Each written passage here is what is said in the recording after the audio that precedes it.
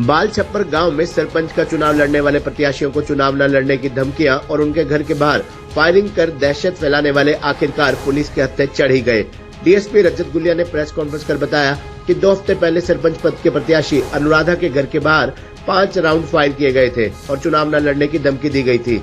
इस मामले की जांच करते हुए गांव के ही 2 युवकों को गिरफ्तार किया है, जिसमें एक का नाम गुरप्रीत उर्फ गोपी, वहीं दूसरे का नाम अनिल उर्फ काला है, जो कि ये फायरिंग की वारदात में शामिल थे। पूछताछ में इन्होंने बताया कि गांव का ही दलजीत और बाबू, जो कि यूएसए में रहता है, उसने फोन पर इनसे बातचीत की, जिसके बाद उन्होंने शूटर्स को बुलाकर इस घटना को अंजाम दिया और गांव में दहशत फैलाई।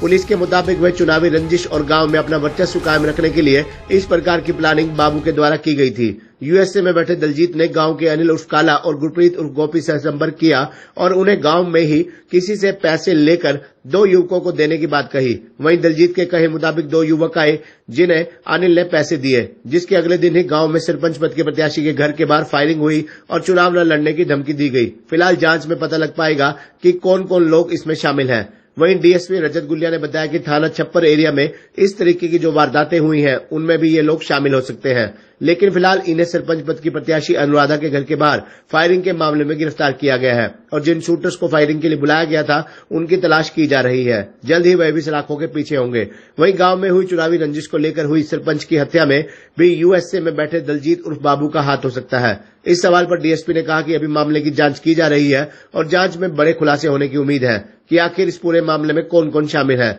लेकिन फिलहाल जो पूछताछ में सामने आया है, उसके अनुसार दलजीत उर्फ बाबू इस पूरे मामले का मास्टरमाइंड है। वहीं उन्होंने कहा कि जिस प्रकार से चुनावों को लेकर गांव में सुरक्षा बढ़ाई गई थी, वह सुरक्षा उसी प्रकार रहेगी, ताकि बिना किसी भय के निष्पक्ष रूप से और सुरक्षित माहौल में चुनाव हो सके। इसके लिए पुलिस पूरे तरीके से तैयार है। जैसा आपको बताया, अभी बीते करीबन 2 सप्ताह पहले एक गांव बाल छप्पर में फायरिंग का इंसिडेंट हुआ था, जहां हमारे जो पंचायती चुनाव हो रहे हैं उसमें एक प्रत्याशी के घर पर गेट पर फायरिंग करी गई थी और धमकी दी गई थी कि इलेक्शन ना लड़ने के संबंध में। उसी संबंध में थाना छप्पर में हमारा मुकदमा दर्ज हुआ था। उसी मुकदमे के चलते कल 2 लोगों को गिरफ्तार करा गया था। उनमें से एक गुरप्रीत सिंह है, निवासी बाल छप्पर का, तथा दूसरा अनिल कुमार है, वह भी निवासी गाँव बाल छप्पर का है।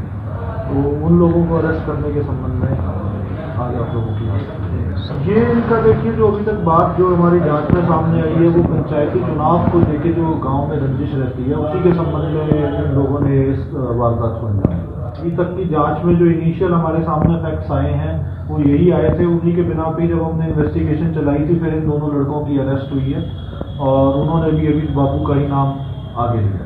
शूटर्स और हैं, अभी इनको रिमांड पे 3 दिन को इनको रिमांड पे लिया गया है। जो उनकी डिटेल्स हैं, फिर जैसे हम आपके साथ साझा करेंगे।